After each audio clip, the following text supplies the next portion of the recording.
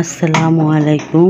আজকে আমি চট্টগ্রামের ঐতিহ্যবাহী গরুর মাংসের কালাভুনা বানাবো। আমি এখানে 2 কেজি গরুর মাংস নিয়ে নিলাম। তার মধ্যে দিয়ে দিলাম টক দই, তেল, পেঁয়াজ বেরেস্তা, কাঁচা পেঁয়াজ, লবণ, মরিচের গুঁড়া, হলুদের গুঁড়া, জিরার গুঁড়া, ধনিয়ার গুঁড়া। আর একটা মশলা বানিয়ে নিলাম মিষ্টি জিরা, রাঁধুনি, গোলমরিচ, এলাচ, জয়ফল, জয়ত্রী ও লবঙ্গ একটু টেলে গুঁড়ো করে দিলাম। তারপর দিলাম আদা রসুন বাটা, তেজপাতা আর কয়েকটা গোটা মশলা।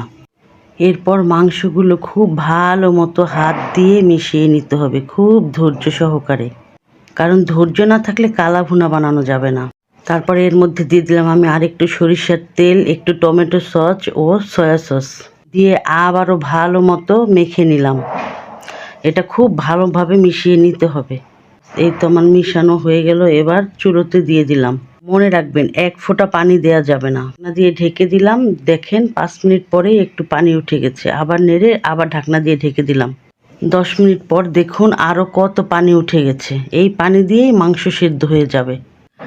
এই যে দেখেন কালো ভুনার রূপ নিচ্ছে আস্তে আস্তে। চুলার আঁচটা একদম মিডিয়াম রাখতে হবে আর একটু পর পর নাড়া দিতে হবে। খেয়াল রাখবেন যাতে নিচ দিয়ে লেগে না যায়।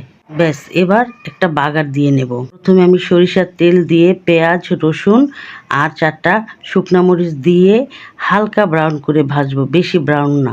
তারপরে এই যে মাংসটার মধ্যে ঢেলে দিলাম, ঢেলে নেড়ে চেড়ে নামিয়ে নিলাম।